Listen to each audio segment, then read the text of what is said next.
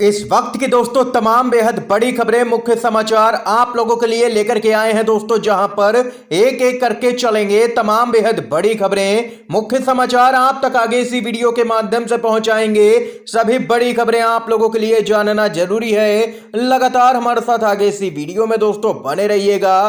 तो वहीं खबरों की तरफ बढ़ने से पहले आप लोगों से एक छोटी सी रिक्वेस्ट है दोस्तों, अगर आप लोग भी इंडिया गठबंधन और राहुल गांधी के समर्थन में खड़े हैं तो अभी इस वीडियो को लाइक कीजिएगा और चैनल को फ्री में सब्सक्राइब करके कमेंट बॉक्स में कमेंट कीजिएगा #वी सपोर्ट इंडिया। पहली बड़ी खबर बताते चलें। पीएम मोदी का इतना तेज हो रहा था विरोध की खुद की रैली यहां पर रद्द करनी पड़ी है। पीएम ने रद्द किया है मिजोरम का दौरा। इस वक्त की बेहद बड़ी खबर सामने निकल के आ रही है, आप लोगों को बताते चलें। पीएम मोदी 30 अक्टूबर यानी कि आज मिजोरम के दौरे पर जाने वाले थे, लेकिन उससे पहले ही उनको अपना दौरा रद्द करना पड़ा है। बताते चलें वे यहां पर चुनावी रैली करने वाले थे, लेकिन इससे पहले ही वहां के मुख्यमंत्री ने ऐलान किया था कि वे पीएम मोदी के साथ में किसी भी कीमत पर मंच साझा नहीं करेंगे।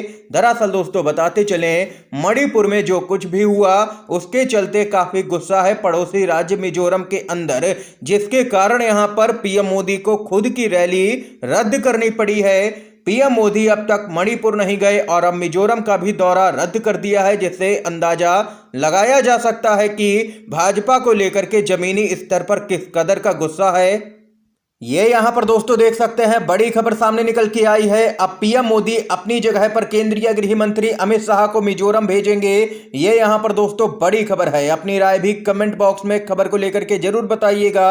एक और अपडेट की तरफ बढ़ते हैं।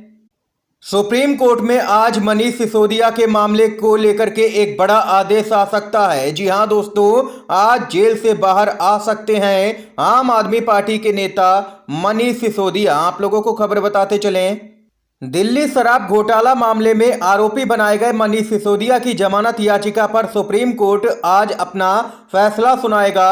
जस्टिस संजीव खन्ना और जस्टिस SVN भट्टी की बेंच यहां पर फैसला सुनाएगी। सुनवाई पूरी होने पर बेंच ने 17 अक्टूबर को मनीष सिसोदिया की जमानत पर फैसला सुरक्षित रखा था। सिसोदिया के वकील अभिषेक मनु सिंघवी ने कोर्ट में कहा था कि जांच एजेंसी के पास इस पूरे प्रकरण में सिसोदिया से सीधे जुड़ा कोई भी सबूत मौजूद नहीं है। ये यहां पर काफी मजबूत दलीलें रखी थी अभिषेक मनु सिंघवी ने। पूरे मामले पर सुनवाई पूरी हुई थी 17 अक्टूबर को ही और सुप्रीम कोर्ट ने आदेश सुरक्षित रख लिया था और आज सुप्रीम कोर्ट फैसला सुनाएगा कि मनीष सिसोदिया जेल से बाहर आएंगे या नहीं, ये पता चल जाएगा दोस्तों। इसके साथ ही एक और बड़ी खबर बताते चलें। अक्सर सवाल उठते हैं कि भाजपा राज्यों के अंदर चुनाव हार जाती है और जैसे ही लोकसभा का चुनाव आता है भाजपा उन राज्यों के अंदर भी कई सीटें जीतती है जहां पर उसका बिल्कुल भी वोट बैंक नहीं है। इन सब के बीच में एक बड़ा खुलासा दोस्तों हुआ है, राज्यों के चुनाव में ईवीएम के हेरफेर की आखिर क्या जरूरत है। उदाहरण देखिए, 2019 जीतने के 3 महीने के भीतर ही कर्नाटक की सरकार गिरा दी, 2020 में मध्य प्रदेश की सरकार भी गिरा दी, छत्तीसगढ़ झारखंड में विधायक खरीदने की पुरजोर कोशिश हुई, राजस्थान में तो ऑपरेशन लोटस होते होते ही बचा और अंत में महाराष्ट्र में भी यहां पर मोदी ने अपनी ही सरकार बना ली।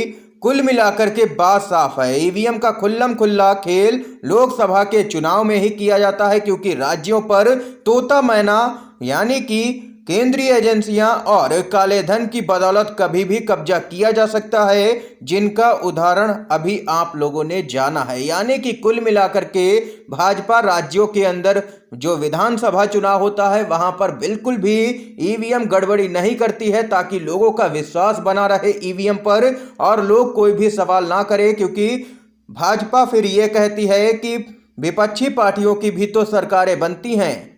ये यहां पर खबर है दोस्तों। अगर आप लोग भी ईवीएम के बजाय बैलेट पेपर के समर्थन में हैं तो वीडियो को लाइक कीजिएगा, अपनी राय भी बताइएगा। एक और अपडेट की तरफ बढ़ते हैं। 5 राज्यों में वोटिंग से पहले चुनाव आयोग ने दे दिया है केंद्र की मोदी सरकार को बड़ा झटका, आदेश पर लगा दी है रोक। जी हां दोस्तों, बीजेपी सरकार को बड़ा झटका देते हुए केंद्रीय चुनाव आयोग ने भाजपा की विकसित भारत यात्रा पर 5 दिसंबर तक रोक लगा दी है। चुनाव आयोग ने कहा है कि जहां जहां पर चुनाव हो रहे हैं वहां यात्रा नहीं निकाली जा सकती है। इस पर 5 दिसंबर तक के लिए रोक जारी रहेगी। बताते चले आप लोगों को, यहाँ पर मोदी सरकार ने एक आदेश जारी किया था जिसमें यहाँ पर सभी आईएएस अधिकारियों का इस्तेमाल किया जाएगा विकसित भारत यात्रा को निकालने के लिए, जिसको लेकर के मामले ने तूल पकड़ा और अब चुनाव आयोग ने एक्शन लिया है। और अब तो देख सकते हैं कि चुनाव आयोग भी एक्शन लेता हुआ नजर आ रहा है, यानी कि ये बदलाव की आहट नजर आ रही है। इसके साथ ही एक और बड़ी खबर की तरफ बढ़ते हैं। एकनाथ शिंदे गुट के सांसद का मराठा आरक्षण आंदोलन के समर्थन में इस्तीफा। शिंदे गुट को लगा है बड़ा झटका। मराठा आरक्षण का मुद्दा दिन पर दिन तूल पकड़ता हुआ जा रहा है। इस समय पूरे महाराष्ट्र में विरोध प्रदर्शन फैला हुआ है। इसकी आंच राजनीतिक लोग भी महसूस कर रहे हैं। मराठा समुदाय के कार्यकर्ता अब राजनीतिक नेताओं को चेतावनी दे रहे हैं कि यह समुदाय वर्षों से उनके पीछे खड़ा रहा है और अब समुदाय के आंदोलन का समर्थन करने की उनकी बारी है। नेताओं पर बन रहे दबाव के बीच में एकनाथ शिंदे के नेतृत्व वाली शिवसेना से जुड़े हिंगोली से सांसद हेमंत पाटिल ने इस्तीफा देने का फैसला किया है। उन्होंने लोकसभा के अध्यक्ष ओम बिरला को पत्र लिखकर के कहा है कि उन्होंने लोकसभा के सदस्य के रूप में इस्तीफा दे दिया है। दरअसल दोस्तों बताते चलें, मराठा आरक्षण के मुद्दे पर शिंदे सरकार पूरी तरह से बैकफुट पर नजर आ रही है। ये यहां पर खबर है। एक और अपडेट की तरफ बढ़ते हैं।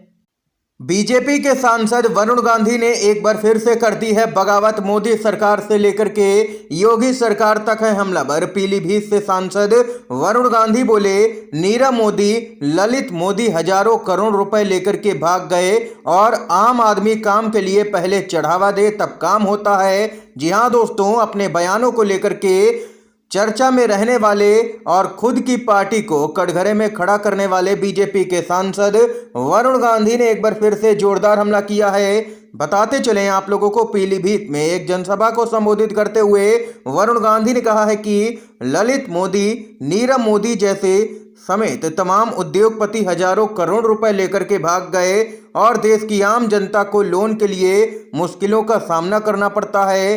पहले मेज के नीचे चढ़ावा देना पड़ता है, तब जाकर के कहीं काम होता है। और वहीं एक बार फिर से वरुण गांधी ने जवाहरलाल नेहरू का जिक्र किया। उन्होंने कहा कि पहले की राजनीति में नेहरू, पटेल और अंबेडकर जैसे नेता होते थे। नारा लगाया जाता था कि हमारा नेता कैसा हो, नेहरू पटेल जैसा हो। और आज की स्थिति इसके उलट हो गई है। आज के नारों में कहा जा रहा है कि हमारा नेता कैसा हो, जिसके पास सबसे ज्यादा पैसा हो। ये यहाँ पर वरुण गांधी ने घेरा है अपनी ही सरकार को। एक और बड़ी खबर बताते चलें।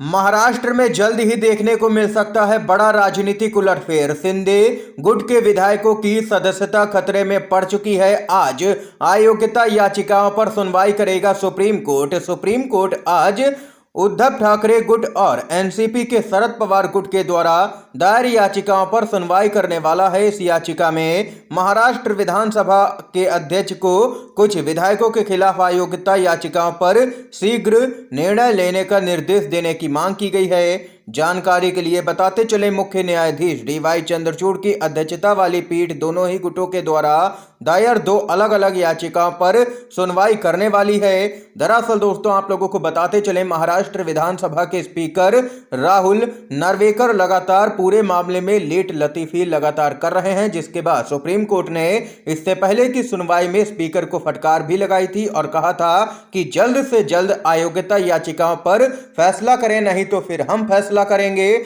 जिसके बाद अब महाराष्ट्र विधानसभा के स्पीकर दिल्ली रवाना हो गए हैं। और वहीं दूसरी तरफ यहां पर बताते चले, उप मुख्यमंत्री देवेंद्र फडणवीस ने भी अंदेशा जताया है कि शिंदे गुट के बागियों की यहां पर सदस्यता जा सकती है। सुप्रीम कोर्ट पूरे मामले में जल्द ही फैसला देने वाला है। ये यहां पर दोस्तों इस समय की आज की तमाम बेहद बड़ी खबरें थी, मुख्य समाचार थे जो हमने आप लोगों तक दोस्तों पहुंचाए। अगर आप लोगों को ये वीडियो पसंद आया हो तो अभी इस वीडियो को लाइक कीजिएगा, ज्यादा से ज्यादा इन खबरों को, मुख्य समाचारों को शेयर कीजिएगा अपने सभी दोस्तों में, और चैनल पर नए हैं तो दोस्तों चैनल को जरूर सब्सक्राइब कीजिएगा।